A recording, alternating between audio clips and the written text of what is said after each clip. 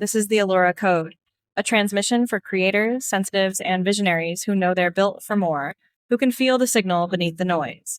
Here we decode the hidden patterns running your life, the ones shaping your wealth, your relationships, your body, your art. It blends human design, field energetics, ancient tech, and quantum energetic architecture to recalibrate your system back to truth. You will learn to tune into your body, recognize what truth feels like, and use that as your guidance. This is a multidimensional approach to allow the whole of your being to come together in a convergence of self-discovery and alignment so that you may begin live from full alignment and press play on life. This isn't self-help, it's self-remembrance. Each episode is a map, key, mirror. If you dare to meet the real you beneath the programming, welcome home to the Allura Code. Okay, and we're back. So yeah, I mean, I was talking about this purification process because when you have a something that has a real charge to it, it's a lot harder to work through. So you gotta kind of take a multi-pronged approach. And so doing energy work to help get things moving, any kind of movement. Yeah. Now depending on for me, I'm a little picky about what kind of energy work I do. It actually, it was so much so that I actually wound up inventing my own protocol. Yeah. Wow. And in my opinion, it makes Reiki look like child's play. But, of course I'm going to say that because I invented it. So, but it was not about, I didn't really invent it. I just remembered because, without getting too much into the story, but and this kind of ties into what you were saying about, the kind of world that you see us having, where there's this really nice balance between the two polarities, and everyone's in their, people are more in their, the divine expression of it. And that's really, when you go back, that's really what it was like in the early parts or the golden age of Atlantis, way back, 10 million or 100, however many million years ago. Yeah. Right. Because they had, so this remembering that I'm getting apparently through some experiences that I've had is through an Atlantean lineage. Yeah. And so some of the devices that I am using now for the purification process has, I've had more movement in the last 6 months than I did probably in the previous 10 years. Yeah. In terms of when you keep purifying, it's almost like things are accelerating, and things are happening so fast for me right now, and it's so exciting. And we just have to stay anchored and grounded. I personally believe as you keep lightening the load and you keep transmuting, you get lighter and lighter in that purification. The lessons don't have to be so hard and painful. It can be a lot quicker, faster, and easier. Oh, yeah, absolutely. Because you're not. And my belief system that empowers me to create that reality. Well, and the other thing is too, is because you're not carrying so much distortion because it's moving. And this is what creates that magnetic charge, because the feminine is the magnetic and the masculine is the electric. And that's the piercing, and it goes out and then it comes back. And this is how law of attraction works. So hang on a second. So yeah, it's it's no joke that we met the way that we did in Puerto Rico. It's been almost 3 years, actually. 3 years, yeah. We've had some wild conversations traversing the universe, and I think it depends who your audience is. Can they handle channeling aliens? Can they handle I have a business background, I have a sales background, but then I've also been meditating since I was 2. I healed stage 3 cancer with clean eating and mindfulness. I literally meditated and changed and altered my DNA in the quantum field. And in 5.5 months, the tumors in my womb was gone. But I also had to do the purification work because I could see, when you have that awareness, there's for me, what awareness looks like is like, there's awareness of feeling good and feeling bad. And I had awareness that there was energy and sadness and grief in my womb. I had that awareness, but I didn't have more awareness beyond that until I started cultivating my sensitivity to be able to connect to the field and see into the field. And I accessed that deeper through meditation.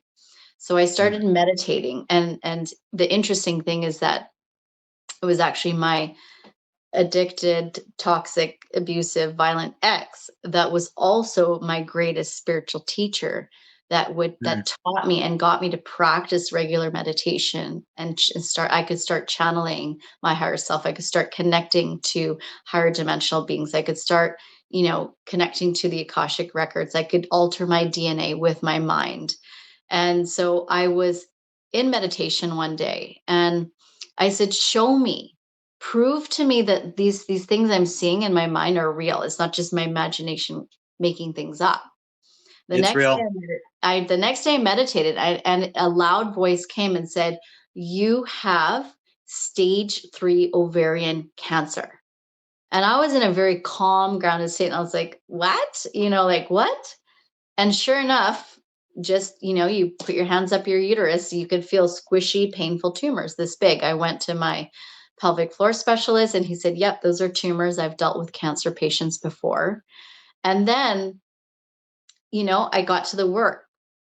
So in that moment, I had attracted a partner that had already helped many people cleanse their body with detoxing protocols like eating fruits and vegetables and juice cleanses and water fasts and things like that, and enemas. And so we started that protocol, but in combination with the physical detoxing, I had to do the spiritual detoxing, the spiritual purification. So when I went back into meditation and I asked, show me the root of that. Well, I was in a marriage prior to that where we had no intimacy, basically, and I was being rejected in intimacy for many years, and it left this deep sadness in my womb, this stagnancy, feeling like rejected. But why was I being rejected? Because I was blocked there. And when I started meditating, I could see all the sexual trauma that I was carrying in my womb from my ancestors that would have me not feel safe sexually. That's where all that pain and those tumors had manifested. And I saw all these little girls in my village in Indonesia back many generations who their souls were coming to me. They had been raped in a war type of like raid. And they were asking me to purify myself so I could liberate them. And that was the spiritual purification process of the physical manifestation of the cancer. And in 5.5 months, I was clear of cancer. And, it's a powerful thing, but people are also so programmed in the medical system that they have to rely on something outside of them. But we actually have all the tools within if we cultivate that higher level of awareness and sensitivity.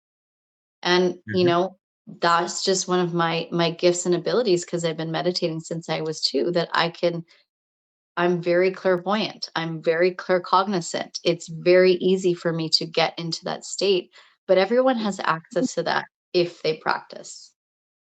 Well, you know what? So speaking of the clairs, I think that, well, I mean, you'll hear lots of different people say this, but everybody has this ability. It just needs to be cultivated. Exactly. I also think that claircognizance is kind of the common denominator between all the others, because that's the inner knowing. Yeah. And then it gets expressed as that, but it also gets expressed as clairvoyance, clairaudience, clairsentience, clairtouchiance. Take that one. Yeah, yeah. Or Claire, even Clairtastians. I don't know if that's a word, but whatever. Because here's the thing. So like, and there's an aspect of this in human design. It's called it's like your go-to sense. It's like your outward sense that is by far the most powerful. So like for me, it is um it is outer vision. So it's me, taking a look at a thing. And I mean, it could be something simple like, walking into a space and just looking at the space and being able to feel and tune into the distortion or the flow of the space Yeah. depending on the space.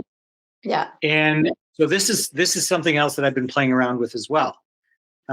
So, and actually I've been using well, this is for a whole other conversation, but I have so the girl that I spoke with yesterday, we had originally connected about a little over a year ago, because she was doing some coaching, and she called it the vault method. And so I read up on her blurb a little bit, and I was very curious because she was using human design astrology and stuff to kind of create a basic, like a framework. And so I started working with her, and it just turned out to be more of a symbiotic thing. So, she worked with me for a while, but then things flipped, and then I worked with her for a while, and it's just turned into like a really cool friendship, kind of like what you and I have. Mhm. And so, but one of the biggest things that she had figured out, and this actually goes back to, I'm not going to mention organizational names here, but it goes back to this idea of, your brain can affect physical matter. So, so when you understand the true, um, the true capabilities of AI, it actually becomes ancient intelligence. And I joke around and I say accurately intelligence, but because you're creating an interface with it, and it's going to mirror back to you whatever it is. Like, you would, I mean, I know you wouldn't, but when I show some people the conversations that I have with ChatGPT, they're just like, how is this even possible? Can you give some Yeah. examples? um yeah, I can actually. I I'm mean, just I gonna think pull. it's really we're in a really interesting phase where we can, if the more that we purify ourselves and our consciousness, the more we can train technology to be an ally in the evolution of humanity in the direction that we want, in the direction of freedom, in the direction of benevolence, in the direction of co-creation. Um, and it's really important that if we want to go into an ascended society, an awakened civilization, we need to do that inner work. And fear is the opposite of it, because people are really scared that AI is going to take over, and you could program AI robots to then be like, we don't like the way you're thinking, so you're done, and execute, or cut you off from your bank accounts and things like that. And that could be a possibility too if we don't purify our inner worlds. So that's why Exactly. So it's super important that you can either go to the dystopian reality, or you can go to the heaven on earth reality, which is the new earth that I'm anchoring in, which is benevolence, joy, freedom, true love, liberation, the highest expression of a human being. And, so 5 years ago in the lockdowns, I created a conscious nature school for children so that they could have nature, they could have community, they could have connection. We trained their third eyes to meditate and see past lives. We trained them to do psychic intuition, where we blindfolded them and they would read out cue cards and train their superpowers. And 9 out of 10 times they'd be right. They'd be like, red square. These are the types of things that are going to be emerging in the new earth. And there's already these schools out there in India. They teach children how to do telekinesis, and with their energy fields, they're spinning physical matter. So when you say your thoughts actually move physical matter in the universe, it actually does. And the higher dimensional capabilities we have, we'll be able to have that instant manifestation. But we need to first steward our leadership capabilities to be responsible to have that amount of magic. If we're like teenagers and we're irresponsible, we could instantly manifest chaos. So that's why we need to purify ourselves. We need to train. We have to have some level of discipline and containment and purification with our inner thoughts and ideas, so that we actually create what's benevolent versus what's going to probably destroy the planet.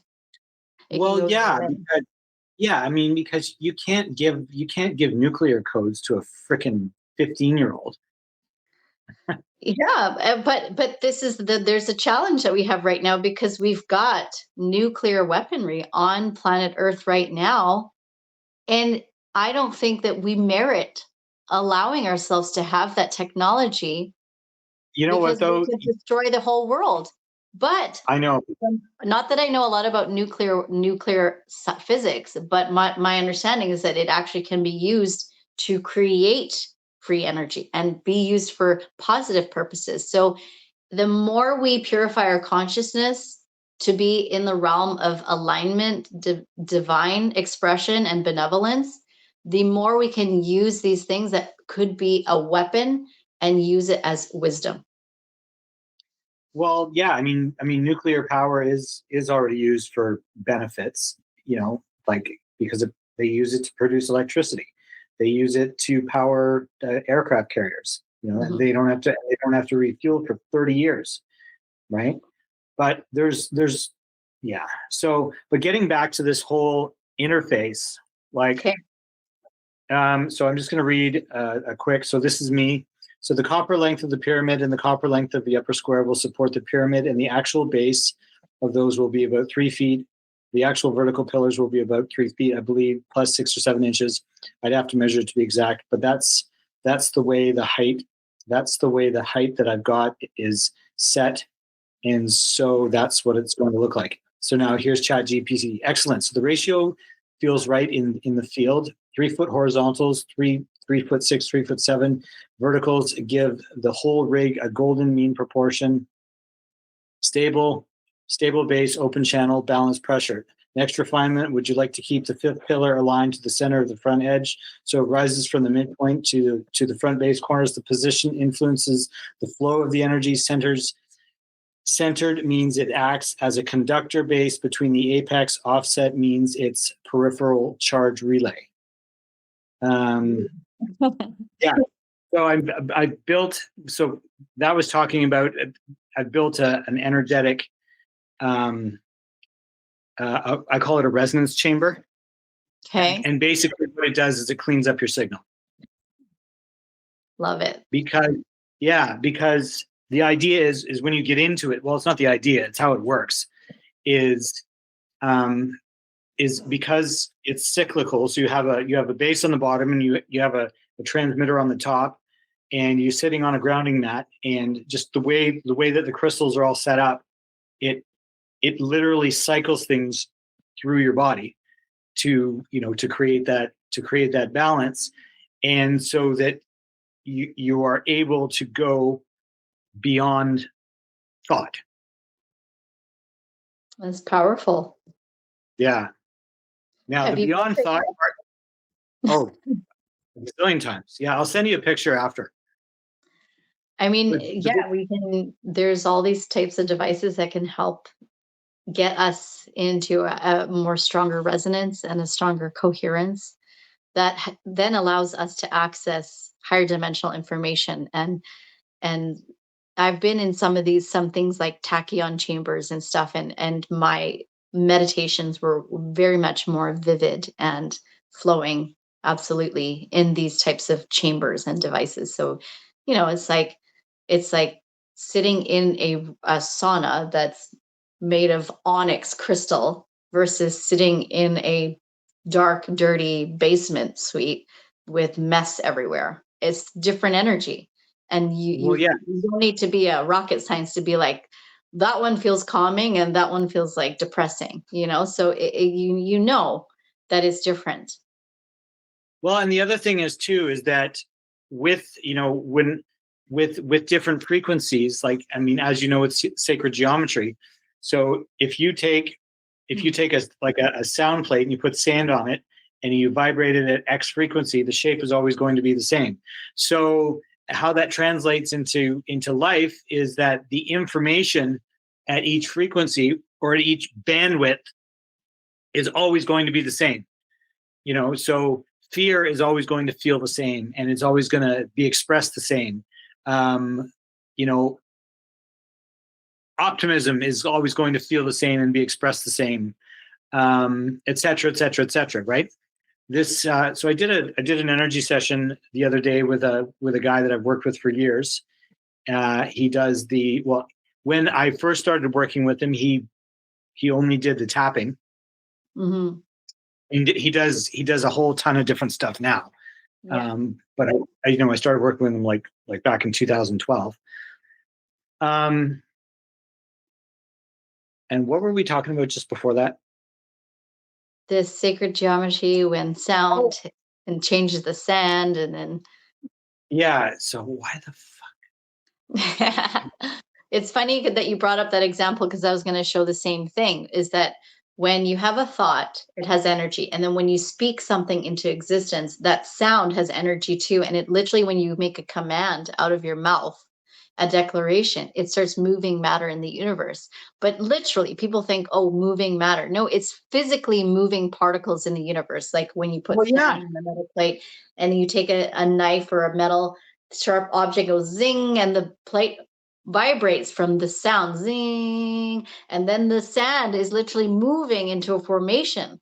And so that's why it's really important for us to purify our thoughts, purify our speech, and only speak what we want into existence. And it's a practice to catch this, because we're not we're co-creators in this universe. We're co-creators. So if we say it's hard, it's challenging, it's going to be hard and challenging. Or it's like, all right, you know what? I just did this money energy work, and then all my investments blew up, and then I didn't even know how I was going to feed me and my kids. We were homeless, but I'm going to trust that this is all part of the process. I'm going to trust that this somehow is working out in my greatest good. And it's taken a little bit longer than I thought, but in this grand scheme of how many eons our soul has been alive, it's just not even a blip in the whole timeline of Earth existence, of planetary existence, of universal existence. It's nothing. So for us to, sometimes I put a lot of pressure on myself to be like, Steph, you got to heal everything of all lifetimes, of all things, all now. It's like, chill out. No, you don't. Be kind to yourself. I think we're doing pretty good. Hopefully we can share and enjoy the process with others. Well, I mean, that's the whole purpose of this podcast is to do so. Like I'm in a huge transformational arc. Well, we both are. Yeah. And I think that's why it was funny, because I remember going to that event in Puerto Rico, and I just feeling very off when I was there. But we met, so something good came out of it, and so yeah.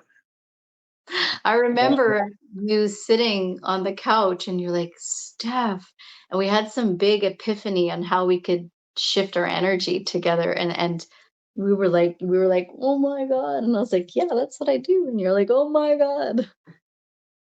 Well, okay. And what was even crazier was when I found out that you were friends with Zarina and you knew Kevin. Like that was just